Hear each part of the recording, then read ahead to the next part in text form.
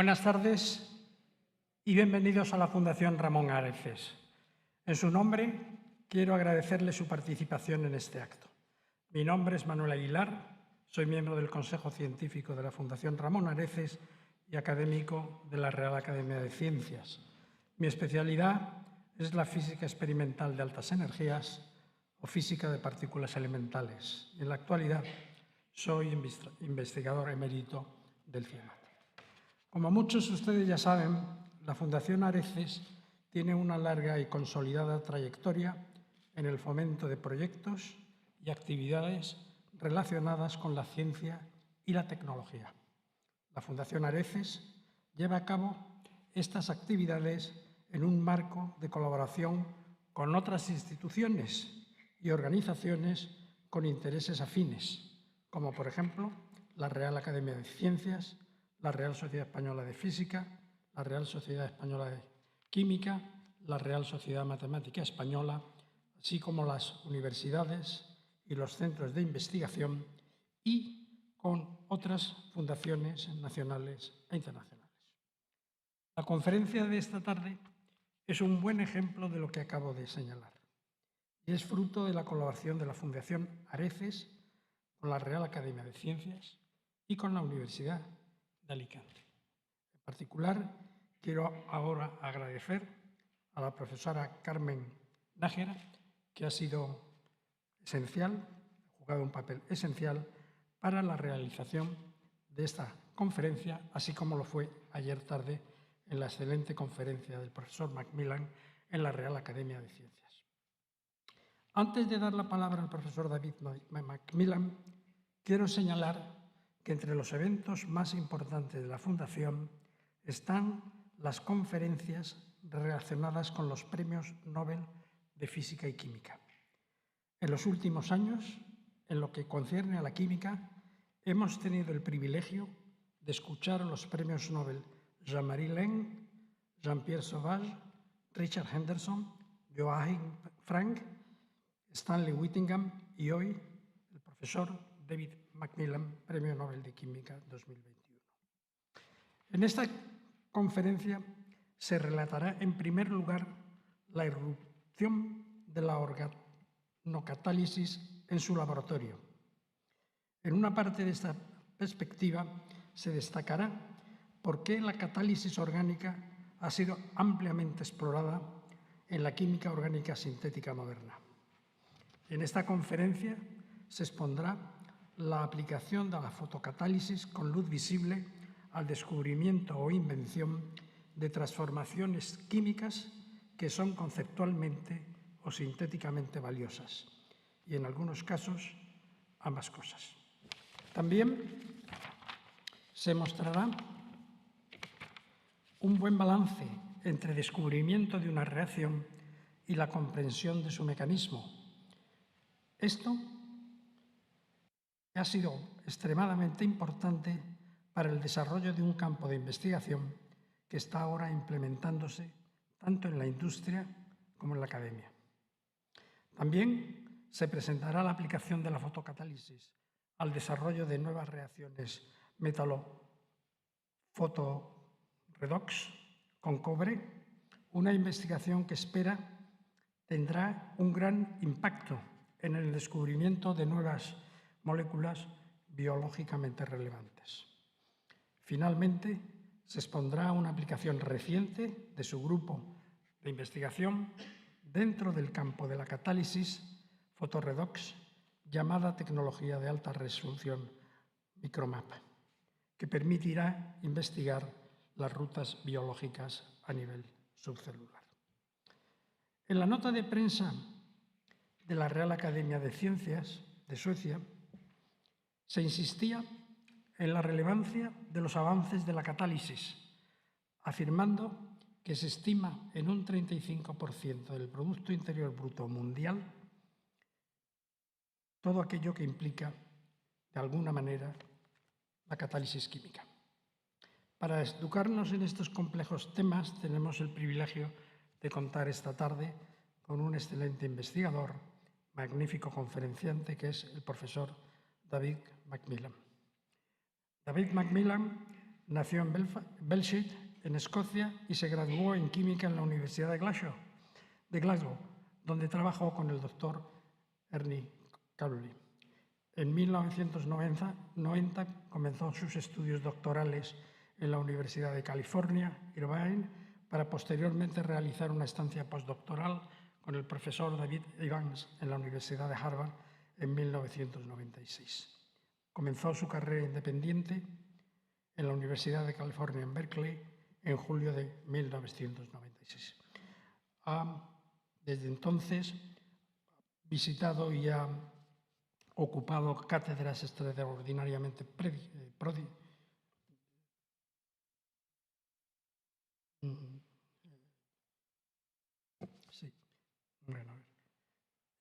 no salto para no extenderme demasiado.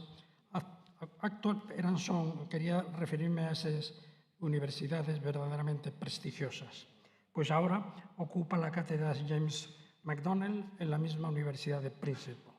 En el año 2021 recibió el Premio Nobel de Química junto a Benjamin List por el desarrollo de la organocatálisis asimétrica. Su investigación se enmarca en el amplio campo de la química orgánica, especialmente en el desarrollo de nuevas áreas en organocatálisis y catálisis fotoredox.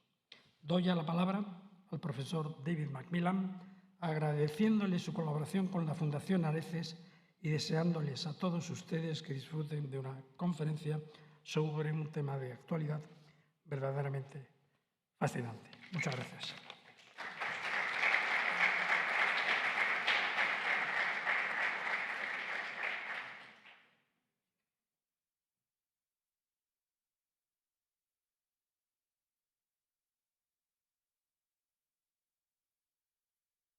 Okay. Good evening. It's a true pleasure to be here today. If I can get my computer to work. Wonderful.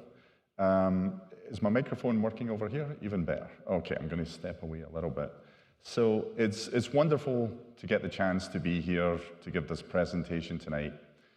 For those of you who are chemists, I'm going to apologize at the beginning. This is a talk for a general audience, so I think for a lot of chemists, this is going to be not particularly technical, so I apologize to you for that.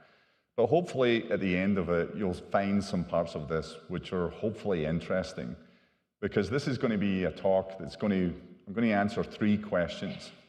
The 3 questions are, who am I? Why am I here? The second question is, what is the Nobel Prize? What did we win the Nobel Prize for? And then the third question is going to be, what's it like to win a Nobel Prize? And I'm going to tell you some stories about that along the way to hopefully make it a little bit more interesting for people who don't do chemistry every single day. Okay, so getting started. Where am I from? Well, as you probably heard already, I am from Scotland. And this is, as you know, this is Scotland, which is shown right here. You might wonder why I'm showing you this, because I'm sure you know where Scotland is. But the reason I'm showing it is because no one in America knows where Scotland is. So I always like to start my talk by showing where Scotland is. There's a very easy way to remember where Scotland is. Scotland is always on top of England. It's always on top of England. It's easy way to remember it. Okay, this is where I'm from. This is the town that I'm from. This is called Belsill. Belsill is a very small steelworking town in Scotland. My father was a steelworker, and this is where I grew up. This is a photograph of my house in Scotland. This is a council house. We did not own our own house. Americans always ask me, why are you only showing half of your house? And I say, this is the only part we had. This is the only part they gave us. On the other side, that is a photograph of my family back in the 1970s. And compared to Americans, we had very, very little money. But I think we were still very rich. We were very wealthy, because every single day in Scotland, you tell jokes, you laugh, you make each other laugh all the time. And I came from a very happy family, so I feel very, very wealthy. because I came from such a great family. Okay, so at this moment, you're probably thinking, oh my goodness, why is he showing photographs of him as a baby? Okay, why am I showing you these? Well, the reason why I'm showing you photographs of me as a baby is after I won the Nobel Prize, the Nobel Foundation contacted me and said, can you please send us photographs of you as a baby? And I said, why? Why do you want photographs of me as a baby? They said, we want to put it on our website. I said, why do you want to put it on the website? They said, we just do, so please send us photographs. I was like, okay, so I went to look for photographs of me as a baby. I could not find them anywhere, so I contacted my sister back in Scotland. I contacted my sister. I said, can you send me photographs of me as a baby? And she did. She sent me these photographs, and these photographs are now on the Nobel Prize website.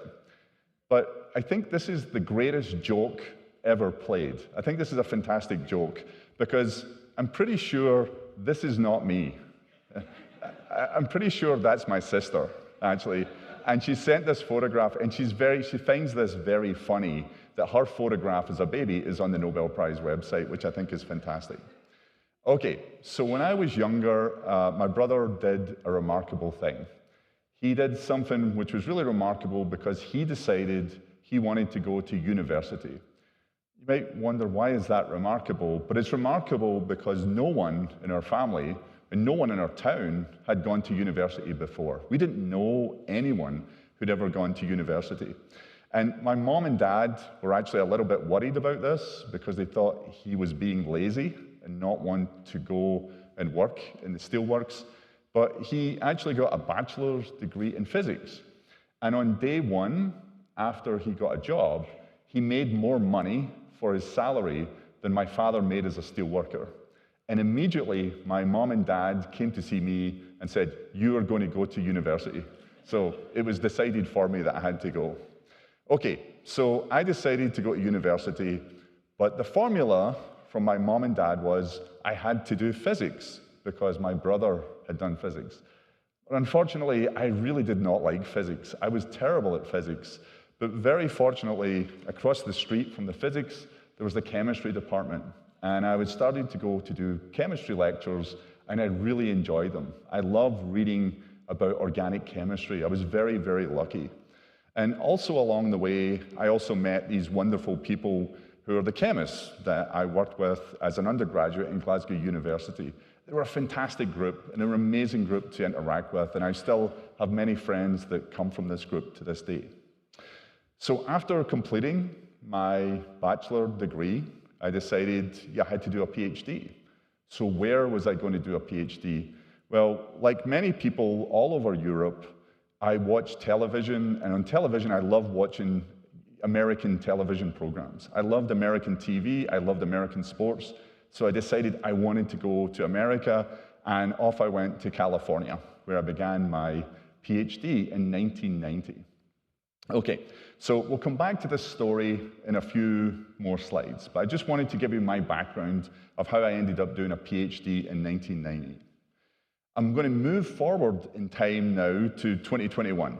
October the 6th, 2021 was the day that I found out I won the Nobel Prize, and I won the Nobel Prize for asymmetric organocatalysis. Now, for those of you who are not chemists, you're probably thinking, asymmetric organocatalysis, what does that mean? That's a strange set of words. What does that mean? So I'm going to walk you through each of them. And the first one is, what is catalysis? And is catalysis important? So let me show you, first of all, this picture. This is a picture of my office. This is my office in Princeton. And if you look at my office, or even if you look in this room, and you look everywhere in this room, every single thing you see is made by a chemical reaction. So in my office, it's the same thing. If you look at every single thing in my office, it's made by a chemical reaction. Okay, if I focus in on one of them, for example, this one shown here, this is my coffee cup, where I drink my coffee every day. And if we focus in on that reaction, this is the chemical reaction that makes caffeine, which you find in your coffee. As it happens, most chemical reactions require energy. Most reactions are not spontaneous. Most of them actually require energy. And the way chemists demonstrate this, or show this, and I promise I'm not going to get too technical, but the way we show this is using what's called an energy diagram. So to think about this energy diagram, if you're not a chemist, the easy way to think about it is imagine every single day when you were walking home, you would have to walk over some hill to get home every day. That requires an amount of energy, maybe a lot of energy every single day for you to walk home. Now imagine that somehow you could build a tunnel that goes through the hill. That would make it much easier to go home. It would require far less energy to go home. And that's exactly what catalysis does. So what catalysis does is it makes existing reactions easier and faster, but probably most important, it allows many chemical reactions that were previously impossible to become possible. That's its most important feature. If you're wondering, is catalysis important to the world? I can show you one very specific example. This is the population of the world over the last 200 years. You can see it's pretty flat over 200 years. But at the beginning of the 20th century, you see there's a rapid inflection point, and population of the world becomes 8 billion people. As it happens, you could not have 8 billion people on our planet if it wasn't for one catalytic reaction. This reaction, which is shown here, nitrogen plus hydrogen becomes ammonia. It seems like a very simple reaction. Why do we need that chemical reaction to have 8 billion people on the planet? Well, it's very simple. We need this chemical reaction to make ammonia. Without ammonia, we would not have enough food for 8 billion people on our Earth. One really interesting aspect of this is if you think about your body right now, you think about all the atoms in your protein, you think about all the atoms in your tissue, in your muscles, in your DNA, you think of all the nitrogen atoms that are in all of those biological molecules, 50% of those nitrogen atoms come from a factory in Germany. That's an incredible statistic if you sort of think about the importance of one chemical reaction. Now, there's other things you can point to. 90% of industrial scale chemical reactions use catalysis. 35% of the world GDP is based upon catalysis. So clearly, catalysis is important. Okay, second question. What about asymmetric? What does asymmetric mean?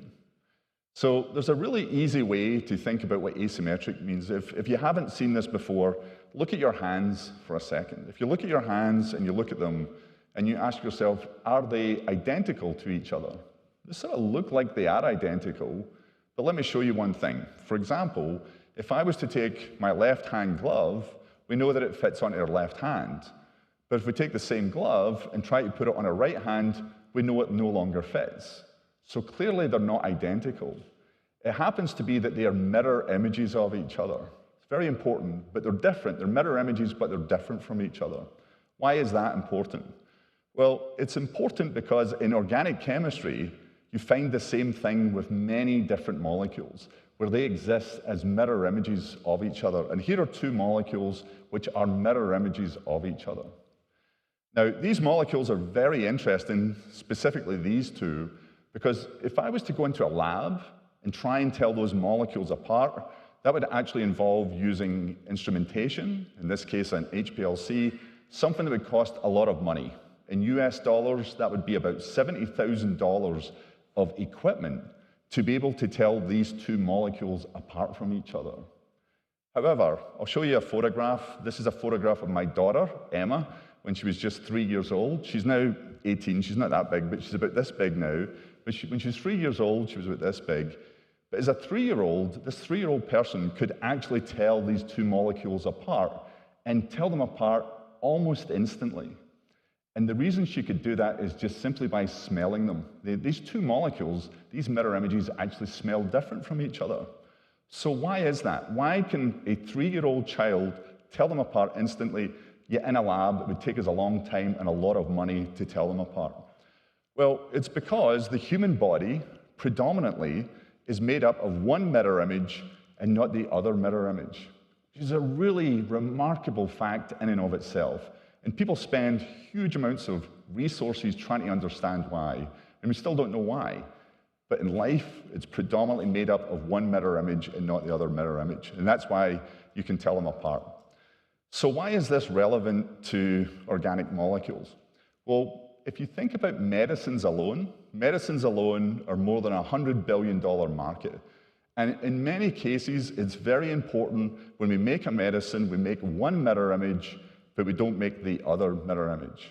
Because the other mirror image will interact with your body differently, the same way that your left hand will fit the left glove, but your right hand will not recognize the glove. These other molecules might not be recognized by the human body, which often makes them dangerous, often makes them toxic, so you want to avoid them. So how are we going to make one mirror image without making the other one? Well, I think you'll realize that catalysis would be a good way of doing it. And if we're going to use catalysis, this now becomes known as asymmetric catalysis.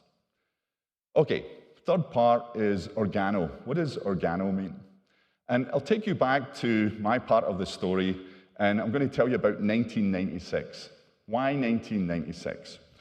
Well, in 1996, there was really two ways of doing asymmetric catalysis. The first way was using biocatalysis, the catalysis of life, using enzymes. And the other way is using metal catalysis. Metal catalysis was developed by humans in a lab and allow you to also do asymmetric catalysis. Why 1996? Well, this part of my story is because in 1996, I finished my PhD in California and moved over to Harvard, and I went there to work in the labs of Professor David Evans. Dave Evans passed away just a few months ago, but he absolutely was a genius. He was one of the leaders of the field of organic chemistry, and the reason I joined his lab is because Dave and his group were masters in the world of doing asymmetric catalysis, predominantly using metals. And here are just some of the metals which people used in the Dave Evans lab. Now, when I was in his lab, it was an incredible experience. It was unbelievable. I learned so much about science. I learned so much about asymmetric catalysis. It was wonderful. However, there was one aspect which I did not enjoy, and that is that every single day when I was working in his lab, I would have to work in this contraption. This contraption is a glove box. And the reason why you would use a glove box is because the metals had to be inside the glove box to be away from the natural atmosphere that we enjoy on the outside. And every single day for 2 years, my hands would be in that glove box for many hours a day. And eventually, I started to think, why are we spending so much time in a glove box every single day? Okay, to try and explain this, I'll show you this typical catalyst that we were using at the time. And I think even to a non-chemist sitting in this audience, you can sort of see that you can break this molecule right down the middle and separate it out into two parts. So on the left-hand side, you've got the organic part, but on the right-hand side, you have the metal. Now, many metals are completely fine and okay to work with, but some metals can be expensive, some can be toxic, some can be difficult to work with, and some of them are not sustainable. For example, palladium, on Earth, we only have enough palladium on Earth for the next 90 years before we will actually run out of palladium, which is an incredible statistic as soon as you learn that. So obviously, metals can, in certain cases, be a problem. If you look at the left-hand side, this is the organic part, and organic molecules typically are inexpensive, they're safe, and they're sustainable. They will go back into the life cycle the same way we are part of the life cycle. And as such, we started to question, what if we use only the organic part as the catalyst? This eventually became known as organocatalysis. Okay, so in 1998, I landed a job as an assistant professor, and that was a job that was at UC Berkeley. This is us at Berkeley. You can see my hair is actually dark, it's not gray. This was many, many years ago. But the thing I love about this photograph, this is my very first group. And you can see here, it's 10 past 10 on a Friday night, and this group are in lab working really hard, trying to make a difference. So what were we going to work on? Well, we decided we wanted to work on organocatalysis, and there was many different advantages to doing this. The molecules would come from nature's building blocks. They were very abundant. They were not sensitive to air or water. They're very inexpensive. You don't have to use a glove box. Organic compounds usually are kept outside of a glove box. And they were non-toxic, they were recyclable, and they were completely sustainable. At least that's what we imagined. But that wasn't the reason we were most interested in using it. I think the thing we were most interested in was the idea, could you actually develop organic catalysts that would work not for one reaction, but for many different chemical reactions? And hopefully this would become a new field of asymmetric catalysis. Now, that was a very grandiose idea, and there was one problem. The problem was I had absolutely no idea how to do this. It was obviously just a pipe dream. It was not something that was reality whatsoever. However, one day in lab, Tristan Lambert, who was in my very first group, he's now a very successful professor in Cornell University, but he came and he asked me a very simple question. He said, what is the mechanism of reductive amination? This is a very simple mechanism in organic chemistry. And being a new professor, I ran over to the board to explain what was going on. And I said, it's very simple. You take a carbonyl and you take an amine, and it reversibly forms an aminiamine. And it's only when it becomes an aminiamine does it have the electronics to be able to do the subsequent chemistry.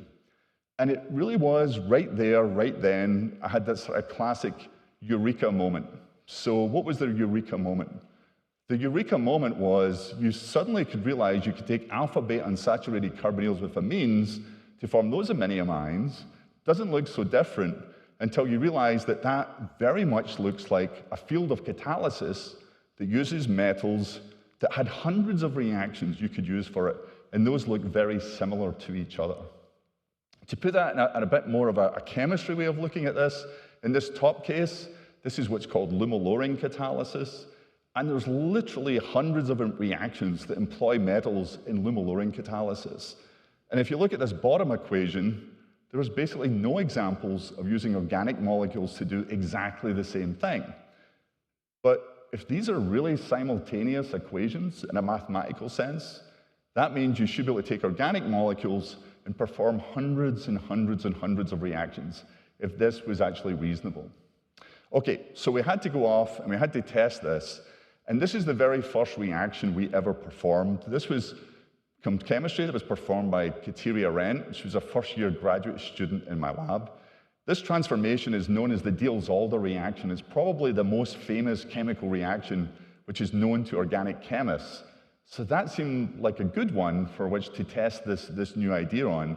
And you can see over the arrow here, this would be exactly the organocatalyst. So we ran the experiment, and what happened, if we flip to the bottom of the notebook, you can see at the bottom here it says, not racemic, not racemic. You might be wondering, what does that mean? Well, not racemic means it made more of one mirror image in preference to the other mirror image, which was exactly what we're trying to accomplish.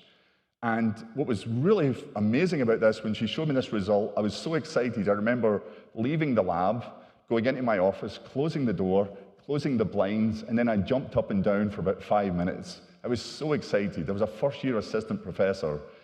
But when my feet came back to the ground, I realized pretty quickly the problem was, what it says here, initial result was 48% E.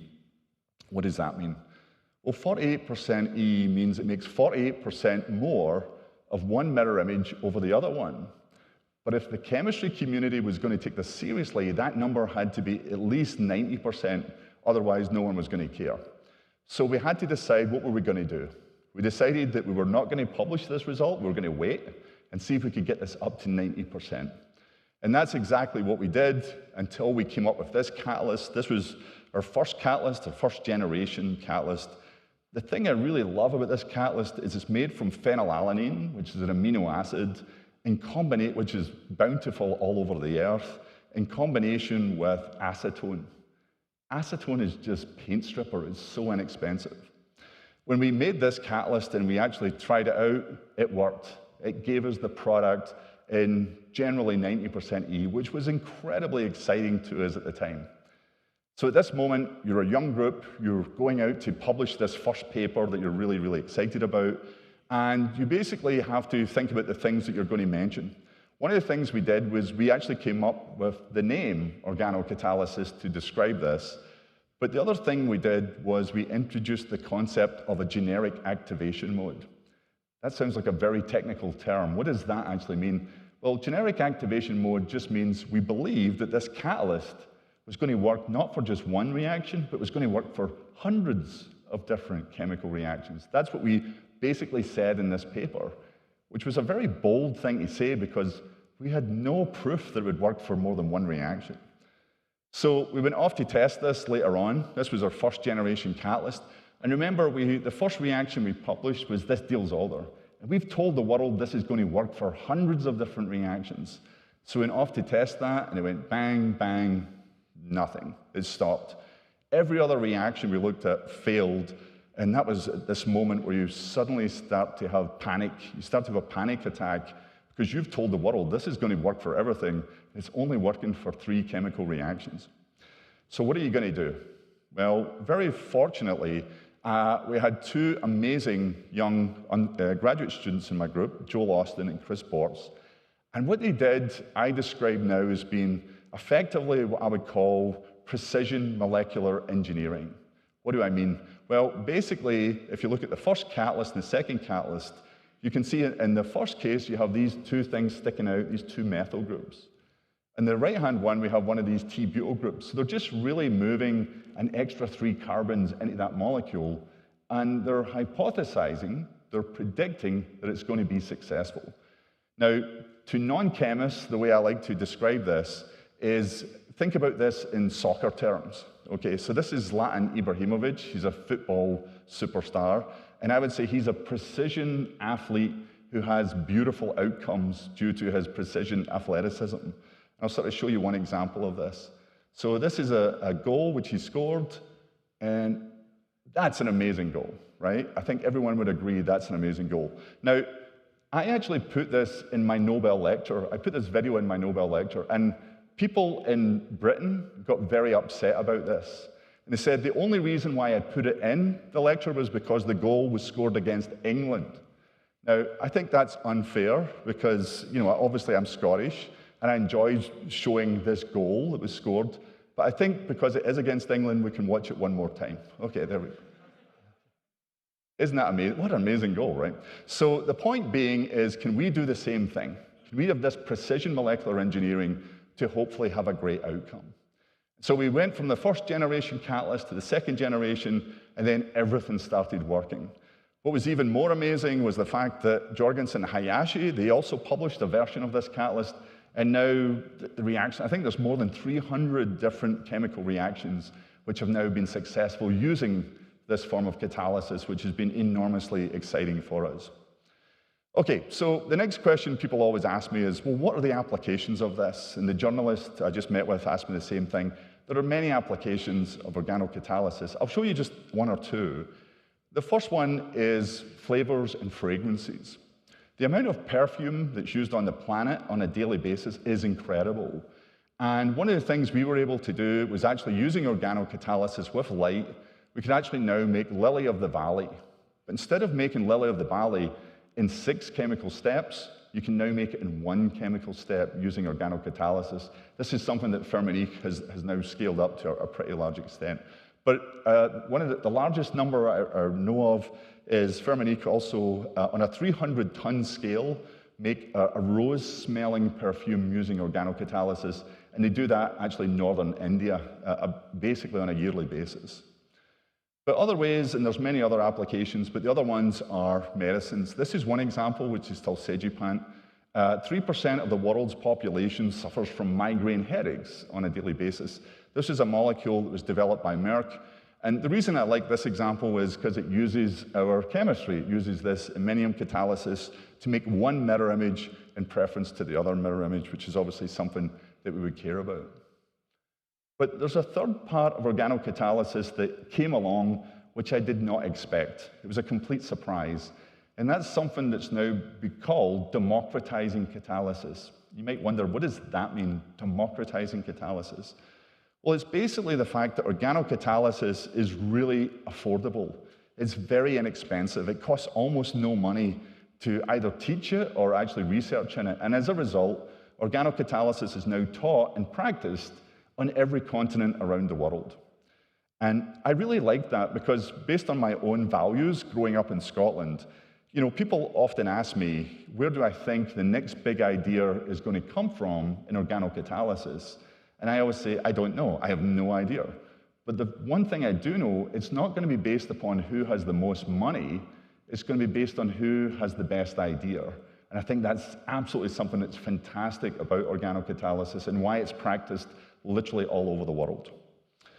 Okay, so basically, that's all I'm going to talk about in terms of the science. In the last sort of 15 minutes or so, I'm going to finish off and tell you what it's like to win a Nobel Prize. Hopefully you'll indulge me, and hopefully this, for those of you who are not chemists, maybe hopefully this is more interesting than some of the chemistry. But I always love to tell this story. It's one of the questions that people always ask you. When you won the Nobel Prize, how did you find out? Well, the story is, in America, when they call you, it's 5 o'clock in the morning on the east coast of America. So 5 o'clock in the morning, I was sleeping. And I woke up by my wife. My wife was elbowing me in my ribs, and she said, your phone keeps buzzing. Can you go get your phone? And I was kind of tired, so I didn't do anything. But my wife got out of bed, walked round the bed, picked up my phone, looked at it, and then moved it from my bedside and put it on the window. She put it far away from me so it wouldn't make so much noise.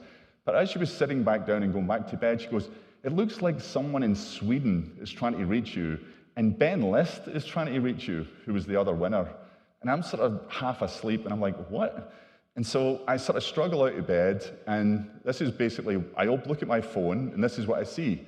And you probably can't read that from here, but what it basically says is, Dr. MacMillan, please call me Göran Hansson, Royal Swedish Academy of Sciences. So I'm looking at that and thinking, who's Dr. MacMillan? MacMillan is not a Scottish name, so I was very confused by this. But the other side of it was Ben List had contacted me, and basically it just said, wake up, smiley face, okay? So I called Ben, and I said, Ben, what is going on? And he basically tells me we've won a Nobel Prize. And at that moment, I was completely 100% convinced that this was a joke that my group was playing on me. Because I have a great relationship with my group. We played lots of jokes on each other. And I was convinced this was an absolutely brilliant joke. So there's a lot of back and forward in this text. I won't go through all of it with you. But basically, at this point, I bet right here, I bet Ben List $1,000 that this is a prank. I said, there's no way this is happening. And he basically went on to say, well, that's very nice. We can use that $1,000 to go out for dinner together, which was a nice part of the whole thing, too. And basically, I wrote back and says, no, I'm going back to sleep. Cheers. And I put my phone down, and I literally lay back down in bed, and I went back to sleep. I went back to sleep for about half an hour, 40 minutes. Then I woke up again, and I decided to go downstairs and go onto my laptop and see who won the Nobel Prize in chemistry. So I go down, I open up my laptop at the kitchen counter, I'm still quite sleepy, and I decide to look at the New York Times. So I go to the New York Times front page, and when I look at the New York Times front page, this is what I see. This is what I see on the New York Times front page. So I'm looking at this, and I'm thinking, well, this kind of looks like Ben List. I'm like, who the hell is that? So I'm sort of looking at this thing, and then I sort of look at the bottom, and I see my name underneath it. And people always ask me, what was it like the moment you realized you had won a Nobel Prize? And I always tell them, in one level, I was very happy, but on another level, I was quite offended. Actually, this is my picture. I was quite disturbed by the whole thing. Anyway, but that started off an amazing day. It was just the most incredible day of celebration. My group, this is 10 o'clock in the morning. You can't buy alcohol in Princeton till 11 o'clock in the morning, but somehow they got all this champagne and all this alcohol together, so that was fun. And the university had a lot of big parties. You end up doing lots and lots of interviews. So I did interviews with the BBC. I ended up on BBC World News Live to the World, which was the worst interview you've ever heard in your life. If you ever want to really hear a terrible interview, go and listen to that interview. I remember going on, and this is live to the world, and this person said to me, Dr. MacMillan, I said, yes. He goes, so you invented molecules? And I said, no, God invented molecules. I just invented certain kind of molecules. And then it went really, really downhill from there. Anyway, you get to meet lots of other really pretty cool people along the way, including lots of other Nobel Prize winners, which is kind of fun. All right, now I'll show you this photograph. I love this photograph because I love to tell this story, and I apologize for always telling this story, but I love this story. So because of COVID, we received the medal. We went down for a ceremony in Washington, D.C. And what was amazing was I got to invite all my family over from Scotland, my brother, my sister. That's my 3 daughters, that's my wife, and that's my mother-in-law. And this is the moment where I'd basically just received the Nobel Prize medal. I'd literally just received it. And I love this photograph, and I'll tell you why. So if you can see here, I'm wearing a kilt. This is a kilt, which is what Scottish people wear, right? And I'd never worn a kilt before in my life. I didn't have a kilt, and so I ordered a kilt from Scotland, and it showed up literally the day before the ceremony. So I put the kilt on, and the kilt was really, really tight. It was very, very tight. And I was really angry because the kilt was so tight. And in fact, my wife described it as a pencil kilt. She said, this is a pencil kilt, it looks like. And so when I went to get the medal, I sort of had to go like that to get the medal and then sort of shuffle back because the kilt was so tight. Anyway, later that night, I go back to the hotel, and I'm really angry about this kilt being so tight. And one of my friends who was with me sort of reached down and said, wait a minute, and there's a little thread on the kilt, and she pulled the thread out. And the thread was a shipping thread that had been used for shipping, and the kilt went boom, like that, to become a normal kilt. And so the reason why I love to tell that story is because this picture, every time I see this picture, this should be my highest moment of intellectual achievement. And all I see is a moron. That's just a moron, right? And I think that's what's beautiful about life. When you think you're at your highest point, you're still making mistakes, and that's why I love that photograph so much. All right, we got to go over to Stockholm. We get to participate in all the Stockholm activities. We got to do that this year, which was really, really wonderful. You get to take your family, you get to get dressed up and go to these fancy banquets, which is, it's a once-in-a-lifetime sort of dream come true, which was truly, truly amazing. You get to hang out in dinner. I got to basically sit with Princess Sophia, basically was a supermodel who became a princess. And she had the unfortunate situation, she had to talk to a chemist for 4 hours. So that's really remarkable achievement that she could sort of sit through that for 4 hours. This is afterwards, there's a huge party that goes to 5 in the morning. This is my daughter Emma, and this is us partying the night away till 5 o'clock in the morning. Oh, that's great. This is a very special photograph for me, and I always show it. And the reason why I love this is because they don't tell you that you're going to do this. This is when you have to sign the Nobel book. And they bring you into a room, and the room is in Alfred Nobel's office from 1901.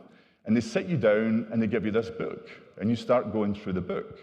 And you see all these people's names, like Albert Einstein, Marie Curie, Linus Pauling, E.G. Corey. All these people's names is in this book. And then it gets to the page, and it's got your name on it.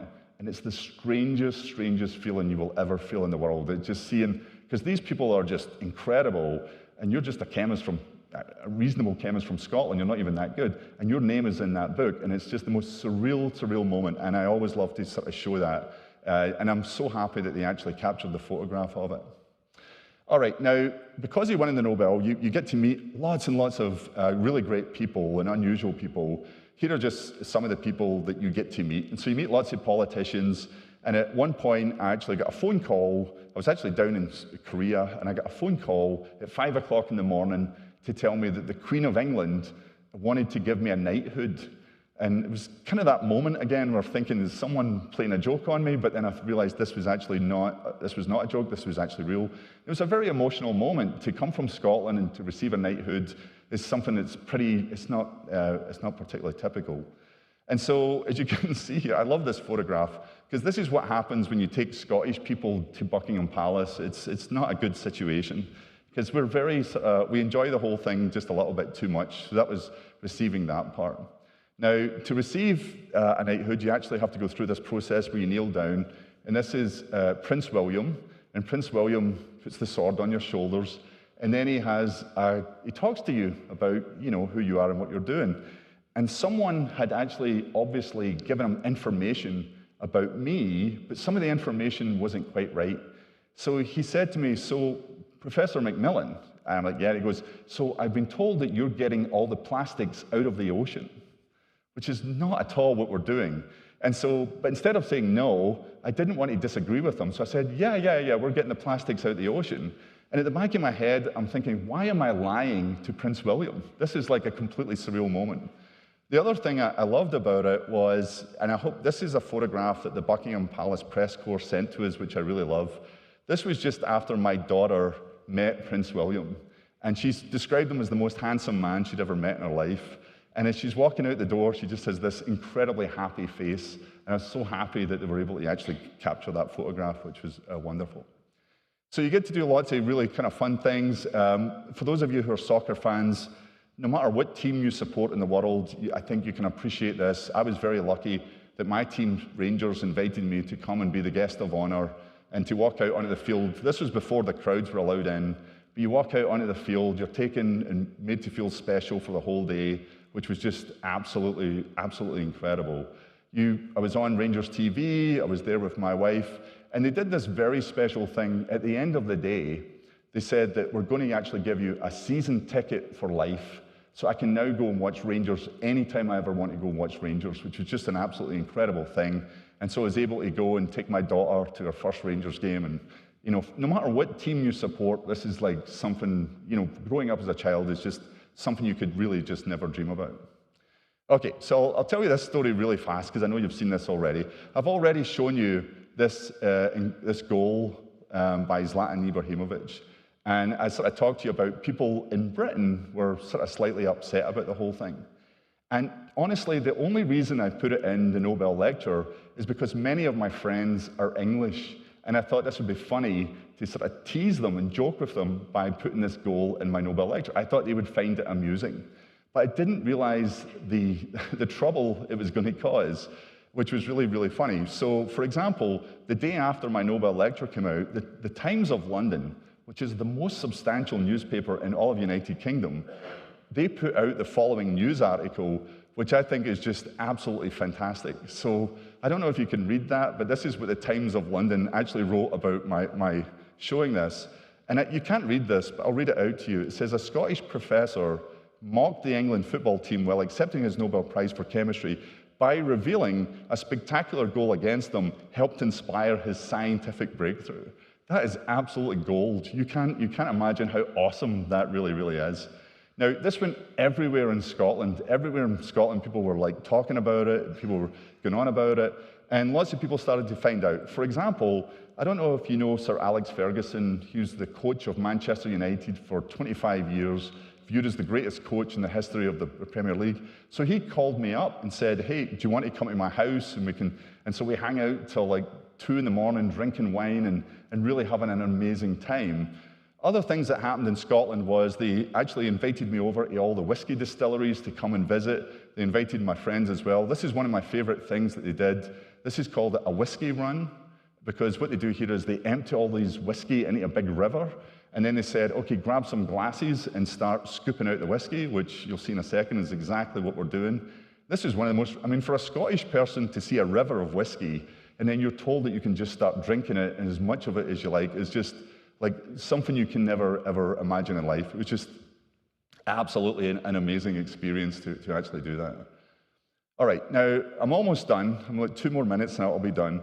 But there's also lots of reasonably well-known Americans you meet as well, and I think Star Trek is quite well-known in Spain. Is that true? People know Star Trek? So Star Trek, if you know, on this side is actually Captain Kirk. That's William Shatner. And after I won the Nobel Prize, William Shatner's assistant called up me and said, William Shatner would like to interview you on television. I was like, okay. So I went on and he interviewed me for half an hour. It was kind of fun. And then afterwards, after we stopped recording, we kept chatting and we're having a nice time chatting away and didn't think too much about it. And then later on, his assistant called me back and said, Bill, it's William Shatner, Bill really enjoyed talking with you. Is it okay if he contacts you now and again to ask you questions? I'm like, sure, that would be awesome. And that's one of the things you learn when you win a Nobel Prize, is people suddenly think that you're Wikipedia. They think that you know absolutely everything, which is clearly not true.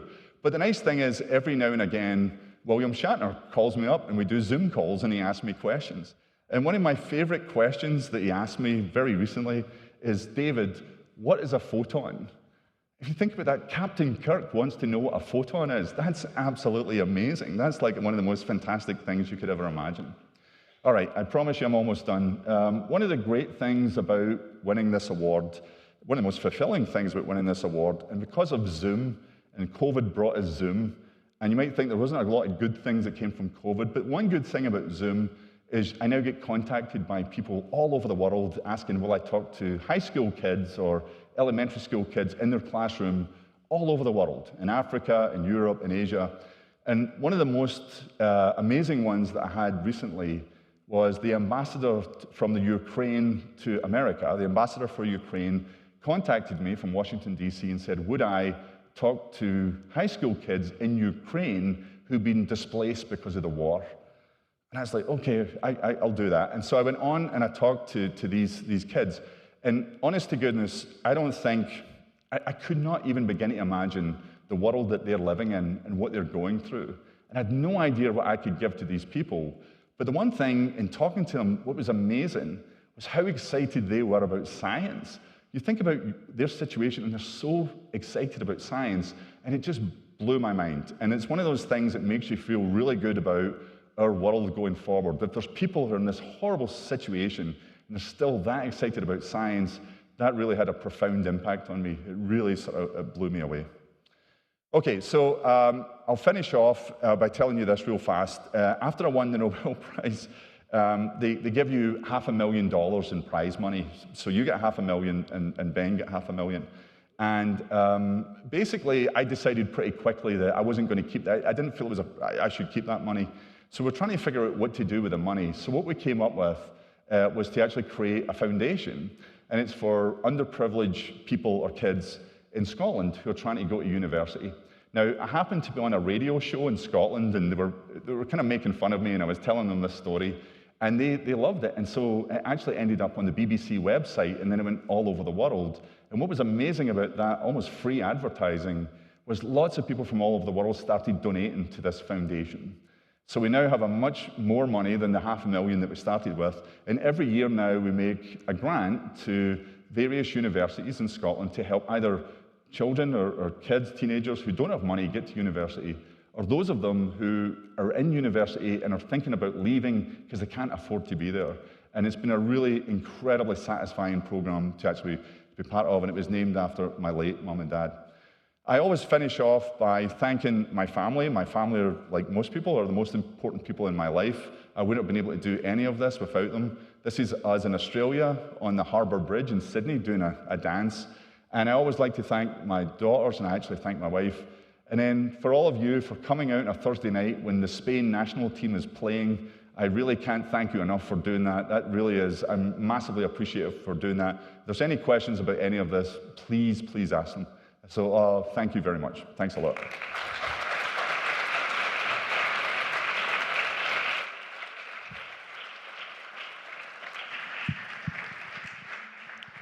Thank you, David, for the wonderful presentation. Oh, okay. So I think that we have a few minutes for questions from the public. ¿Alguien quiere hacer alguna pregunta?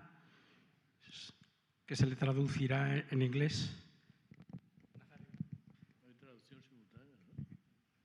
Thank you for your exciting and amazing presentation. Well, first of all, I would, well, Mr. Spock was very popular, and Star Trek was very popular also in Spain as well, because you mentioned. And certainly the May and Billy Foundation is the central office, is that what you show with us in the back.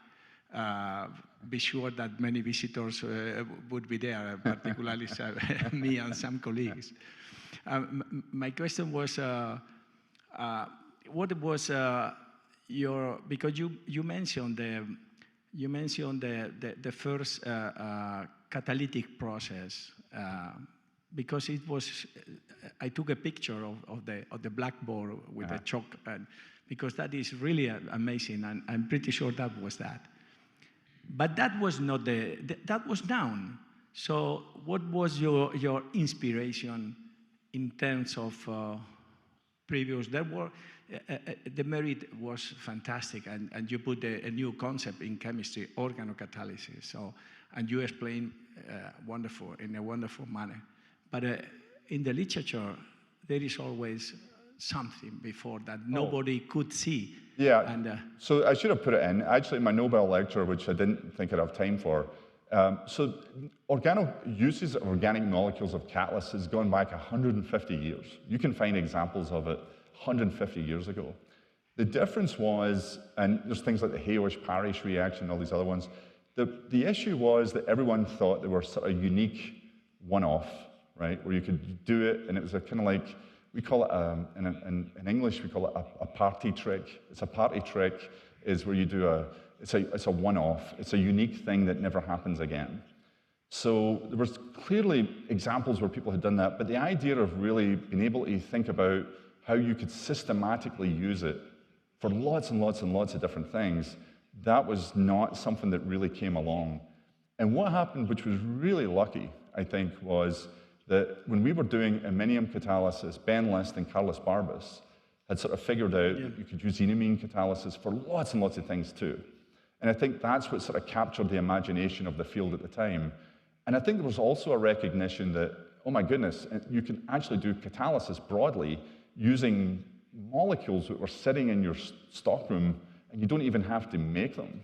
You could literally go in and take proline off a shelf and then use it for 20 different types of reactions. I think that was the part that really kind of shocked people, that it was always there and it was sort of sitting under our nose the whole time, sort of thing. So I think that's the reason why that came about. But for me, it was really this, it was never a case of we wanted to solve one particular reaction, which is also true of photoredox. I don't think there's certain reactions we love, but things that we really prefer even more are concepts that you can take in lots of different directions. Jesus Alcazar, who I talked about last night, who's sitting right behind you, this business of using SH2 chemistry to go in all these different directions, that's what we love, is getting a hold of a reactivity idea that can go in many, many, many different directions. And I think that's the intrinsic part about organocatalysis we loved as well. So I think that's where it really came from. I'm sorry, that was a very long answer to a very short question, so I apologize. No, I'm just to conclude, something that you probably you never confess so far is when you receive in the October 6th at 5 o'clock in the morning, after receiving the phone call, you went to bed again, but confess, did you sleep? Oh, no, so I never, once I found out I won, I did not go back to bed. That would have been impossible. I went back to bed because I didn't believe it was true. Yeah. And it was just... But even though those minutes, 40 minutes or so... Oh, I fell asleep. You didn't sleep. So, to give you a tiny bit more detail, in Princeton, every year we have a big party at Christmas. And at that party, they put up jokes and make fun of the professors. And I thought this was part of a joke that they were doing. So when I went back to sleep, I was quite angry that I thought they had tricked Ben List into this situation. And I was completely convinced, and I thought I knew exactly who it was in my lab who was doing this. I had all of this going through my head. And then when I went downstairs, and then the funny thing was when I saw it in the New York Times, and I saw the picture, I don't know about you, but on my Mac, I have my text messages linked to my computer, and all of a sudden, shoom, all these text messages, and I think we received something like 8,000 messages, emails and texts within the first 4 hours. It was the most crazy thing you can imagine. And I couldn't use my phone because my phone was just constantly ringing. I couldn't call anyone. I had to use my wife's phone to do everything because your phone is radioactive at some point. It's the craziest thing. Okay, so thank you so much for this happy hour. Yeah, thanks. ¿Preguntas? Thank you very much for mentioning. First of all, very nice talk. I really appreciate it because this is the part I never see in your talks. So it's good to see it. So you told us what you have done with this Nobel Prize and the history, and let's see what is going to be the future. What are you going to do when you receive your second Nobel Prize for the photoredox catalysis? Yeah. So This will sound strange. So people ask me this a lot, and I don't say this to seem humble, but people ask me a lot, what are you going to do when you win the second Nobel? Number one, you don't ever know what the Swedish people are going to do, because Swedish people are crazy, right? I mean, they're just, the things that they do are, who knows what they're going to come up with. I also make the joke, and it is a joke, you wouldn't wish a second Nobel Prize on your worst enemy, because one Nobel Prize is an enormous amount. Having to deal with two of them, I can't imagine what that would be like. But the one thing I do think is true, and I really genuinely believe this, I think giving 2 Nobel Prizes is kind of a waste, if you think about it, because there's so many people who are deserving of one. To give someone 2, and I don't mean that against the people, I'm not trying to badmouth Marie Curie for winning 2 Nobel Prizes, but I think winning 2 is, the delta between 0 and 1 is very large. I think the delta between 1 and 2, it's not going to be quite the same. So I do think that it's best use of those prizes to give them to people who have not won them. I truly believe that. I think that's correct.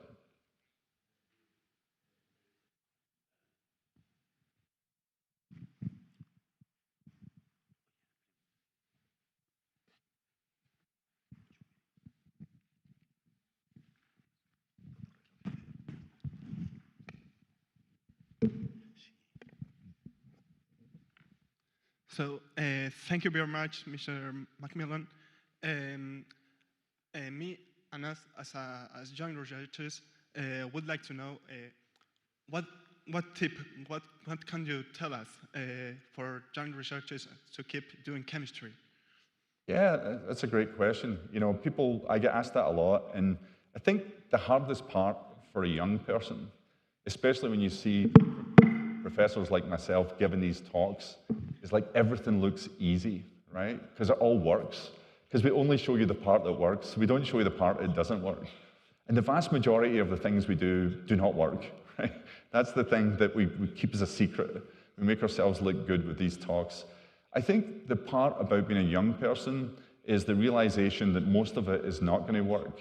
But when it does work, it's amazing. Like, you're changing the world every single time a piece of science works with your hands. You've just changed the universe forever. Forever. It's an incredible thing. So I always tell people, you know, understand the meaning of what you're doing. Understand why it's important, not just to everyone else, but to you. Why is it important to you? That's number one. And number two is have as much fun as you can possibly have doing it. So if you're in a situation where you're not enjoying doing it, it's not fun, don't do it. Move on, do something else. But when you find that thing that you're doing where you kind of enjoy it, and you know it's meaningful to you, that makes life so much easier. And it's something I truly believe in for myself. I truly believe in for my children. I tell all of the people who work for me that. If you're not having fun, come and talk to me, because we want to make sure that you are. And I've lived by that, and I think it's absolutely correct. There'll always be tough moments, but you have to really love what you're doing. I think that's so important.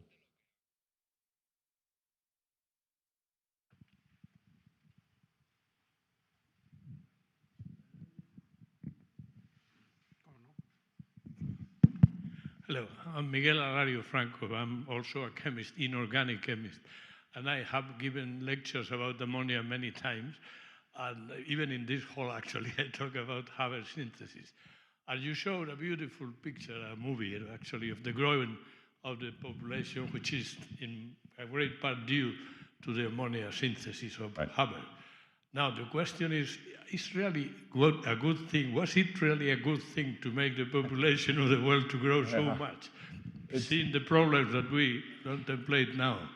It's so funny, right? So I put that in my Nobel lecture, right? The Nobel lecture was watched, I think, close to 500,000 times. It's something no one tells you, right? It was watched 500,000 times, and then all these people started sending me the comments to the lecture below, and the comments were like, obviously, catalysis is a very bad thing because it's enabled 8 billion people to be on the Earth, and so catalysis is the problem, which is, you're like, wow, that's a really interesting and different way of sort of viewing it if you think about it. You know, I think ultimately the world is going to keep doing what the world is going to do. You know, the population, again, I'm just a chemist. I'm not the person who's an expert on world populations. But clearly you can see that there is a fear now if the world population goes down, it could be really problematic for the progress of the human race for a whole bunch of different reasons. So clearly what we have to do is we have to obviously fix this energy problem. Now, I'm not the person who can ever tell you how to solve the energy problem, but I do think, and I do know, that catalysis is going to solve the energy problem. It's the only real solution we have, and that getting more and more people to move into chemistry to think about sustainability, to think about the energy problem, and to think about ways that we can actually consolidate energy in a way that doesn't lead to global warming has to be the way forward, right? That's completely obvious. The only part that worries me in all of this, and we talked about this last night at dinner, is chemists are terrible at telling the world how important it is what we're doing. We're really terrible at it. And I think we just have, physicists are brilliant at it, biologists are brilliant at it, and chemists are not very good at it. And I think we have to do a much better job of explaining to people why chemistry and catalysis, and specifically catalysis, is going to be critical to the human race as we move forward. That's the number one thing.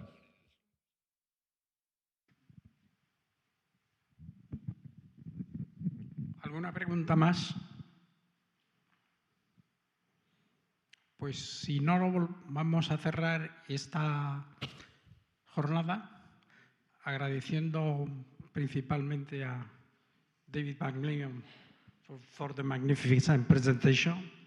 Y yo querría también agradecer a Carmen Nájera, que ha sido responsable de que tengamos hoy el privilegio de escuchar a una persona tan extraordinaria como David MacMillan. Y finalmente, muchas gracias a todos ustedes por participar esta tarde en este evento. Gracias.